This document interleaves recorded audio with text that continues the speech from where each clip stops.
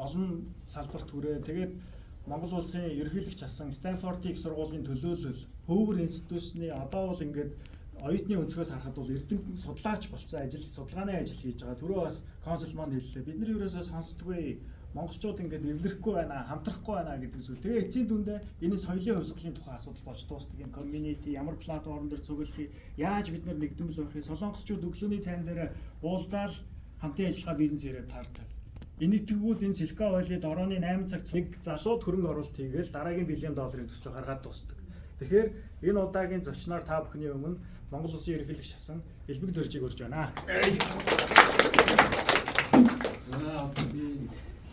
Баясаа баярлалаа. Тэгэхээр энэ сургуулийн Distinguished Visiting Fellow гэдэг ийм ажил хийгээд явж байгаа. Тэгээ өчигдөр Африкт явж байгаа дөнгөж ирлээ. Вау.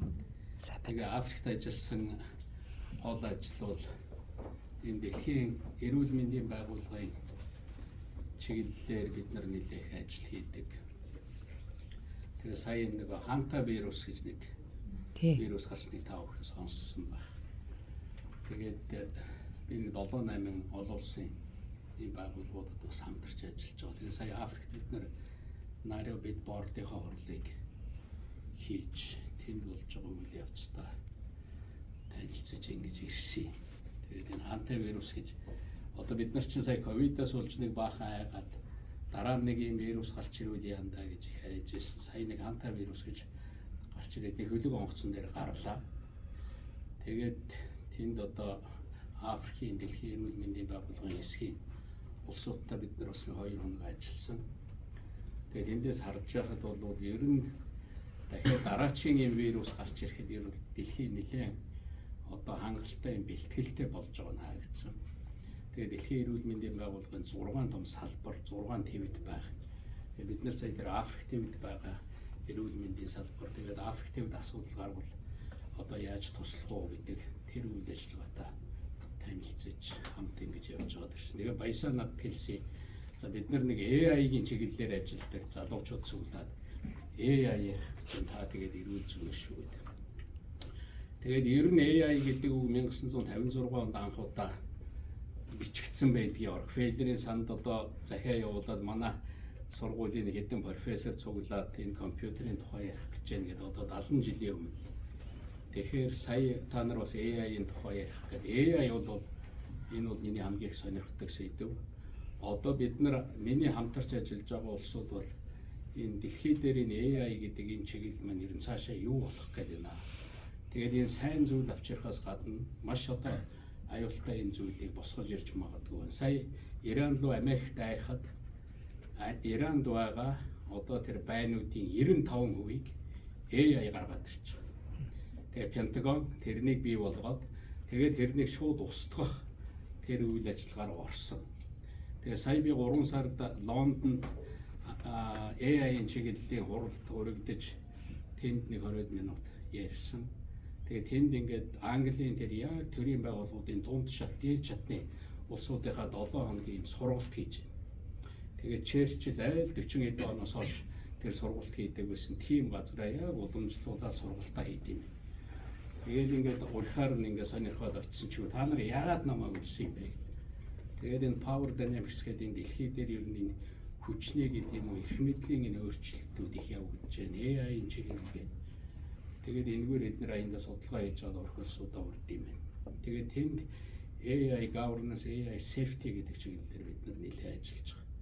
Ер нь тэгээд дэлхий дээр одоо дараачийг гаргаж ирэх юм бол AI өөрөө дүрмтэй байх ёстой. Дүрмгүй явах юм бол энэнийг зэвсгэнд ашиглах магадгүй юм байна. Одоо хамгийн нэг яаж байгаа юм бол хүндрэлтний яаж байгаа юм бол нэг химийн мэрэгжлийн PhD хэмжээний доктор хүн суугаад компьютерийн ард суугаад хамгийн аюултай тийм одоо халдварт өвчнийг үүсгэж болж байгаа юм л. Түүгээр хэдэн сая хүний маш одоо нүд ирэмхийн зовлон устгаж болохоор ийм боломж бүрдчихэд байгаа. Тэгэхээр энэнийг яаж зогсоож болох вэ? Хэрвээ тийм юм гарлаа гэхэд яаж зогсоож болох вэ гэдэг юм. Өөр нэг юм бол бид нар бүгдээрээ л байдаг байсан цөмийн зэвсэг гэдэг. Цөмийн зэвсэг гэдэг энэ зэвсэг хүний контролоос гараад AI контролддог болчихвол яах вэ? Тэгээд тэр нь буруу санаа бодолтой хүмүүсийн гарт оруул яах вэ? Энэнийг оруулахгүй байх ямар арга байна вэ? гэдэг чиглэлээр ажиллаж байгаа. Тэгээ энэ нүүбэс байгуулсан AI-ийн чиглэлийн ажлын хэсэг гэж байдаг. Тэрнтэй бол бид нар хамгийн их ойрхон ажилладаг. Тэгээ хамгийн сүүлд энэ их хорийн байгуулсан бас ажлын хэсэг байгуулсан байгаа. Энэ чиглэлээр өрүүл гаргая дэлхийн нийт зориулс гэдэг энтэй хамтарч ажиллаж байгаа. Энэ чиглэлийн ажлууд бол зөндөө их явж байгаа гэдгийг бас энд хэлэх зөв байх. Тэгээ иймэрхүү ажлаар нэг түрүүчийн 7 хоногт бас Австралид ажиллаж байгаа, сайн Америкт ажиллаа, Африкт ажиллаа. Тэгээд ингээд ирсээ. Нойрны ялгаа гараагүй учраас ингээд холж ирээд ээж магадгүй. Тэгээд энд ирсэн та нар минь цуглаад ер нь бид ингээд яаж ажиллах вэ, яаж бие биендээ туслах вэ гэдэг ийм асуудлаар ярьж байгаа юм байна. Баясаа ингээд энэ байр болоод ингээд та бүхэнд уулзуулж байгаад их баярлж байна. Ер нь аливаа том ажил, аливаа том хөдөлгөөн үйл ажиллагаа гэдэг бол гал тооны ярианаас л эхэлдэг юм л. Тэгээд нэг 2 хүн цуглаж уулзаад, 3 хүн цуглаж уулзаад дахиад 10 хүн болоод 30 хүн болоод тэр нь хөдөлгөөн болоод аливаа том уурсгал бол тэгж явдаг. Тэгэхээр та нарын энэ уулзалтаас, энэ санаануудаас ингээд гаргаж төрөөд ингээд энэ санаанууд цаашаа яваасаа гэж ингэж бодож байна. Энд одоо Элбэгдорж ороод ирсэн байна уу, Мөнхбаатар ороод ирсэн байна уу хамаагүй. Яг л та нар өөрсдөө суугаад өөрсдийнхөө санал бодлоо ярилцаал цаашаа аваад явах хэрэгтэй. Бид нарыг энд байхгүй байна гэж ингэж бодож болно. Ер нь зүгээр 4-5 жилийн өмнөөс нэг болсон нэг юм бол монголчуудыг дэлхийн нийтэд сэрээснийг үйл явдал бол Хятадын коммунист намын зүгээс өвөр Монголд байгаа одоо 6 сая монголчууд нэг их сони юм байдгийн дэлхийд дээр ямар ч үндэстэн одоо манай Монгол улсад байгаа хүнээс нь илүү 2 дахин хүн гадаа амьдардаг ийм үндэстэн байхгүй. Хамгийн сүүл би сая Ирландд явж байгаад ингээд уулзаад юу яах тэнд нэг их сургууль дээр лекц уншиж явжсэн. Харин ганцхан үндэстэн биднээс илүү Ирланд үйд юм байна. Америкт 35 сая Ирланд хүн амьдарч байгаа юм да. Тэгэхээр Ирланд нь өөрөө 5 сая хүнтэй 35 сая. Тэгээд тэднийхээ хүчээр ерөөсөө бүх юма босгодог. Тэгэхээр бид нар Монголд 3.5 сая хүнтэй дэлхийд дээр ойролцоогоор 11 сая монгол хүн амьдарч байгаа байхгүй. Тэрний 6 сая нь Хятадд амьдарч байна. 1 сая нь Оросд амьдарч байна. Дахиад 1 сая гаруйтай нь дэлхийн бүх улс орнд тараад амьдарч байна. Тэгэхээр энэ бол маш их том баялаг байна. Сая нэг хүн хэлж байна. Монгол хүний хайрлаа. Монгол хүн хүрээд ирвэл монгол хүндээ илүү туслая. 3 хүн орж ирэхэд тэрний нэг нь монгол хүн байвал монгол хүнээ татаад туслая. Ерөөсөө тэр еврей нарын хамгийн түрүүн боссон нэг юм бол тэр л юм байл. Еврей хүндээ л туслая. Сургалтын мөнгө гуугаад өргөдөл ороод ирэх юм бол 30 өргөдөл ороод ирэхэд тэрэн дотор 2 еврей оюутны өргөдлөө байвал тэд нар хамгийн түрүүн тэр 2 еврей оюутандаа туслая. Тэгж бие биенийг өөдөн татаж ганц тавьж байгаа шалгуур нь бид нар нэг үндэстэн гэдэг ийм шалгуур тавьж босд юм байна л да. Тэгэхээр ингэж явах нь зөв байх л гэж ингэж бодож байгаа. Тэгэхээр энэ чиглэлээр бид нар Дэлхийн монголчуудын холбоо гэж байгуулад ингээд ажилладаг. Тэгээд Дэлхийн монголчуудын холбоо байгуулагдаад тэгээд одоо энэ холбооны ерөнхийлөгчөөр ажиллаач гэж би энэ холбооны ерөнхийлөгчөөр ажилладаг юм. Тэгээд энд биднээс гадна бүрээдүүд маш их байна. Өвөр монголчууд их байна. Тусдаа өвөр монголчууд цуглаад бүрээд уулзалт хийж байгаа. Бүрээдүүд уулзалт хийж байгаа. Сая би Япон ороод ирсэн. Японд өвөр монголчууд цуглаад тусдаа уулзалт хийж байгаа. Тэгээ бидний төлөө тэр бичиг үсгээ сурах гээд ингэсэн чи одоо нөгөө монгол сургуулиудын хятадууд бүгдийг хаацсан штэ. Монголоор заадаг байсан юмнуудыг бүгдийг хаагаад бүх хичээл нь хятад дээр явдаг болсон.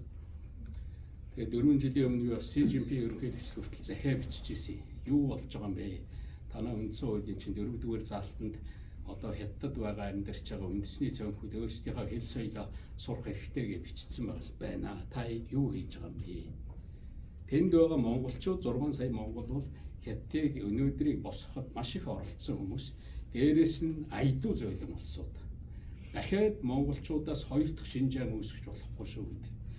Ийм анхаарал өгч. Тэгээд тэр арай нэг өөр болсон гэх. Тэгээд тэр хавийг хятадууд ялангуяа өвөр монголчууд бол үнэхээр тэр юунд бол их баярлдаг. Сая Украин дайм болоход ерөөсө Путин хамгийн түрүүнд цэрэг татхтал хөөрхий нөгөө Сибирь энд байдаг үндэсний цөөнхүүдийг аваачаал их бууны өдөөс тэр Украинд орж байгаа цэргүүдийн өмнө жагсаал манай Монгол цустай Монгол хүмүүс л ер нь ихэнхдээ тийшээгээ явлаа шүү дээ. Тэгээд зарим одоо тосгонуудад зарим жижиг хотуудад бол цэргийн насны монголчууд дуусч байгаа. Тэгэхээр энэ дээр нь зориулээд яг энэ юма болоо. Хей Бурятуудаа та нар монголоор дамжаагараа явчих. Орос Монголын хооронд виз байхгүй. Тэгээ бид нар бас нэг жоохон дарамт үзүүлээд ер нь орж ирэхэд нь чөлөөтэй оруулах гэсэн 200 гаруй мянган одоо монгол цустай хүмүүс монголоор дамжиж гадагшаа гарсан буюу монгол руу Украины дан гарснаас хойш орж ирсэн байна. Тэгэхээр бид нар нэг хүний амийг аварч нэг хүнийг одоо Украины тэр дайн руу явуулахгүй байх гэдэг бол бидний монгол хүн Монголдо тусалж байгаа хэлбэрэлтэй. Тэгэхээр иймэрхүү маягуудаар бол бид нар ажиллаж болохоор байгаа. Тэгээд зүгээр ийм уулзалтуудаа хийгээ сая би бодож илээ. Нэг өдөр тогтох хэрэгтэй. Өнөөдөр хагасаа өдөр. Ер нь та нар бүгдээрээ ажилтаа учраас хүн бүхэн хагасанд уулзж явал зүгээр юм байна, тийм ээ. Тэгэхээр ер нь нэг сар бүрийн Saturday гэдэг SS гэдэг нэг юм томьёотой болоод ирнэ яасан.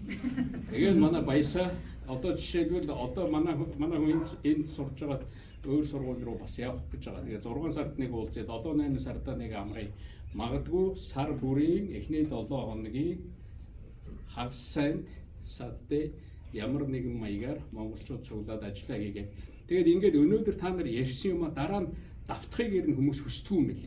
Нөгөө өмнө ярьсан одоо хэдүүлээ нөгөө өмнө тохирсон юм а цаашаа яаж явах вэ гэл ингээд бие бинийгээ түлхээд яваад байдаг байхгүй. Хамгийн гол нь энэ уулзалтыг тодорхой давтамжтай хугацаатаагаар л явуулах хэрэгтэй. Би бол мэдж байгаа одоо энд надтай хамтарч ажилладаг зарим залуучууд байна. Тусдаа одоо тэр кредит юнион гэдэг шиг ч юм уу тийм санаа гаргаад хийгээд эхэлж байгаа улсууд байна. Энд яаж community төв байгуулах уу, яаж газар олох уу, яаж энэ Сан Франциско ч гэдэг юм уу эндээс тусалдаг газруудаас яаж туслан дэмжлэг авч болох уу ч гэдэг юм уу ингээд санаанууд ярьж байгаа улсууд энэ дотор зарим нь сууж байгаа. Тэгэхээр иймэрхүү маягаар явж болно. Тэгээд энэ дотор ганц нэг хоёр хүн хариуцаад тэгээд тэндээ хөөрхөн дэмжлэг үзүүлээд тэднэр нь эргүүлж тайлан тавиал ингээл яваад байвал яваад байх юм бэл. Ер нь манайхны нэг юм бол Чикагод нэг мөнгө босгоод манай монголчууд нэг юу яаж байгаа нийлүүлээ нэг community center нэг юм байгуулъя гэж тэрнээсээ болоо дараа нь хэрэлдээд нөгөө мөнгө нь буруу зарагдсан чи идсэн би идсэн болоод тэгээд тарсан бутарсан ийм төвх болчиход байгаа. Тэгэхээр ер нь нэг тийм мөнгөтэй холбоотой тэгээ хариуцлагагүй ийм болоод ирэхээр юм цаашаа явах болчт юм бэл. Тэгэхээр бид нар аль ч үндэснээс нэг бид нар илүү биш л бид нар ганц юмараа илүү байж чадна. Тэр нь юу вэ гэвэл бид нар сахилга зохион байгуулалтаараа илүү байж чадах байхгүй. Сахилгаараа өөрсдийнхөө хийж байгаа юмаа давтаа цаашаа хийгээд явдаг. Энэ чиглэлээрээ илүү байх юм биш байгаа гэсэн ийм бодол байна. Тэгээд энд 28 он гартал би энд ингээ гэрээтэй ажиллаж байгаа. Гэхдээ энэ олон газрын олон улсын байгууллагууд руу ингээд яваад байна. Ер нь ямар ч их сургууль бай, ямар ч том газар бай, нүүб байна уу, юу байна уу? Одоо тэр Мадридын клуб гэдэг айгүй том клуб байгаа. Ардчилсан аргаар сонгогдсон улс орон бүхний ч биш 150 гаруй ерөнхий сайд ерөнхийлөгч нарын клуб байдаг. Тэр нэг 6 жилийн өмнө орсон. Тэгэл тэр лүү яваад ороход ер нь хаалгаар нь орхон чухал юм байна л гэж надад ойлгогдсон. Монгол хүн дотор нь яваад орсон байхад нэх тэр бусад орны ерөнхий сайд ерөнхийлөгч байсан хүнээс нэг дорд үзэгдээл ард нь жагсаал ингээд байх юм байх. Харин ч үр цоролзоод товолзоод өмнө нь гараад энэ ч манай Монголын ерөнхийлөгч хамгийн идэвхтэй манай клубын ерөнхийлөгч шүү дээ. Өнөөдөр би тэр клубын удирдах зөвлөлт шүү. Одоо Мадридэд 6 сард хуралд очих гэж байгаа. Яг тиймэрхүү маягаар ингээд яваад орж чадаад бол түлхүүрээ л олох хэрэгтэй. Ямар ч том хаалга жижигхэн түлхүүрээр онгоодог. Тэгэхээр тэр түлхүүрээр онгоолгоод яваад ороход том үзэл санаатай саяын тэр хэний хэлдэг айгүй чухал санаа бас хэллээ шүү дээ. Бидний чи ерөөсөө нэг ажилчин болгоод хүмүүжүүлсэн юм биш үү? Нэг л ажиллах, нэг л газар би ажилдаг, нэг л хүний дор, нэг л хүнээс хараат байх гэсэн ийм нэг сэтгэхүй бид нар цуулгацсан юм байна шүү дээ. Ингээд бид нар өөрсдөө олоолаа. Бид нар хүн дээр очиж ажиллаж байгаа бол бид өөрсдөө хүн ажилуулж болно шүү дээ гэдэг ийм сэтгэхүй байх ёстой юм шиг байлаа. Гэхдээ энэ юм бол яа та нарын энэ цугларалт уулзалт ийм юмнуудаар гарах ёстой л гэж бодоод байгаа. Би бол сонсоод байгаа энэ тийм уулзалтууд болоод байна гэдэг. Тэгэхээр нэг сард одоо нэг үнийн төлөлдсөн, онгоцны үнийн төлөлдсөн, буудлынхны үнийн төлөлдсөн та нэг 20 минут ирээд яриад өгөөч гээд 8000 паунд төлчөөд ураад байхад одоо би бол явахгүй гэж болохгүй.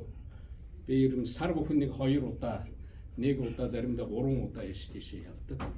Тэгээд эндээ эргэж ирдэг. Энд нөгөө Надад болохоор academic freedom гэдэг нэлээд тийм юм олгоцсон. Анх би контракт зурхтаа л би ийм олон улсын хэд хэдэн байгууллагатай ингэж хамтарч ажилладаг юм аа.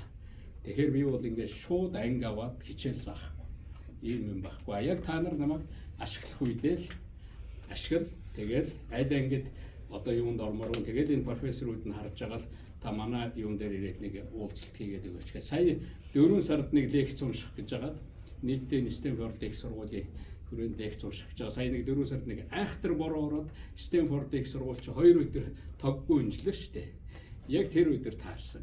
Одоо тэгээд 10 сар руу хойшлуулсан байгаа.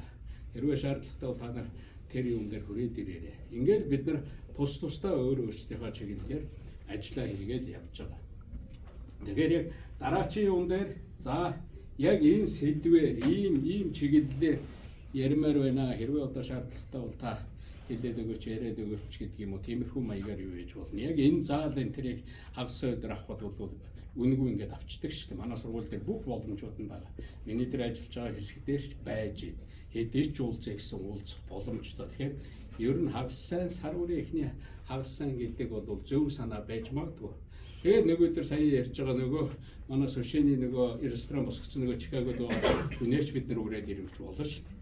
Сая одоо Монголоос хүртэл 400-500 эмэгтэйчүүд цуглаж ирээд энэ Лас Вегасныг хурал хийгээл явж явах шиг байна. Ингээд газар юм яваад байгаа. Гэхдээ манай би яриад явах л ёстой байх гэж ингэж бодож байна. За, асуумар зүйл юу вэ? Асуух санаа оноо хэлэхээр тийм юм байвал хэлээд Мөнхбаатар ярих. За би ингэж дуустай тэгэхээр монголчууд гэж бол асар их хүч байгаа. Бид нар бол дэлхийд дээр нэг 12 сая удаа бид нар эргүүлээд одоо нэг дэлхийн Монгол энтергээд их Монгол энтергээд айхтар юм байгуулж чадахгүй. А зүгээр бид нар дижитал ертөнц дотор дэлхийн Монголын нэтворкийг бий болгож болжлаа байхгүй. А энэ бол өнөөдөр технологийн хувьд бүрэн боломжтой. А энэний төлөө бид нар явж байгаа. Тэгээ би хүртэл байж байхдаа нөгөө хөх үнэмлэх гэж юм олгодог болъё. Одоо Монгол хүн гаднаас ирэхэд бусад хүн шиг ингээд виз авдаг биш. Арай хөнгөлөлттэй юугаар Монгол хүн гэдэг тэр үнэмлэхтэй хүн болвол ингээд шууд орчдөг. Тэгэл Монгол дээрээ ажиллаж болдог, Монгол цэрэгт явж болдгоо, улс төрийн сонгуульд оролцож болдгоо л байхад бусад одоо тэр улс оронд амьдарч байгаа монголчуудаа бид нар татаж болно. А дээрээс нь 90 оноос хойшоо нэгчлөлтөй болоод ийш тийшээ явдаг болсноос хойшоо монголчууд гадагш дотгошоо маш их гардаг. Одоо хүүхдүүд нь гарцсан. Тэгээд өөр орны иргэн болчиход байгаа. А энэ улсуудаа яг Монгол улсынхаа иргэнтэй адилхан үздэг болоо ийм хууль эрх зүйн үндэс бүрэлдүүлгийг ярьж ирсэн л да. Гэхдээ одоо ингээд зарим нэг хүмүүсээ сонсож байхад тэр санаа маш аюул зөв байсан юм байна. Энэнийг хийх хэрэгтэй гэж ингэж ярих юм яриануд сонсогдож идэг. А тэгэхээр иймэрхүү зүйлүүдэд бид нар ярьж явах хэрэгтэй. Ялангуяа хятад юм уу бусад орнуудад байж байгаа бүр диаспора хариуцсан дэлхийн одоо 193 орноос 41 орн диаспора хариуцсан яам байгаа шүү дээ. Диаспора гэдэг нь юу юм? Гадаа байгаа эх орон нэгтнүүдэд хариуцсан яам байгаа. Газар байгаа. А манай хоёр хөрш Орос хятад хоёрт бол парламент дээр нь байнгын хороо байгаа шүү дээ. Зөвхөн тэрнийх асуудлыг авч хэлсэн. Тэгэхэд жишээлбэл манай юун дээр зүгээр л нэг дэд хороо байгуулъя гэхэд одоо нөгөө айгаад Оросоосоо юм уу нөгөө нэг л эзнээс итгэхгүй. Энэ хоёроос ингээд нэг юм байгуулад монголчуудаа гэж ингэх юм бол болохгүй шүү дээ гэдгээл нэг л юм эзэнд юм уу нэг юмд баригдчихсан. Нөгөө талаас нэг тийм булан шахагдчихсан. Тэгээ нэг цөөхөн байх тусмал улам зожигроод улам жижигрээд идэг юм хэлээ л дээ. Ер нь хүн бол а гадагшаа гараад ингээд яваад энэ тэнд ингээд харахад бол нэх бид нар бол бусдаа харьцуулахад бас нэг тийм жижигрээд байх үндэстэн бол биш юм байна. Тэд нартай л адилхан. Ингэж надад бол санагдсан, ингэж санагдж байгаа. Тэгэхээр би бол өөрийнхөө хийдэг ажлаа хийгээл явдаг газараа ингээд яваал ингээд явна. А та бүхэн ч гэсэн ингээд цуглаад эндээ уулзаад ингээд баясаа одоо манай Баттуулга энэ ингээд зохион байгуулж байгаа ийм үйл ажиллагаанд ингэж орж сая одоо санаануудыг бас сонссондоо их баяртай байна. Тэгээд болж игэл дахиад уулзцгаая. Тэгээд бие биенээ дэмжих хэрэгтэй. Баярлалаа. За.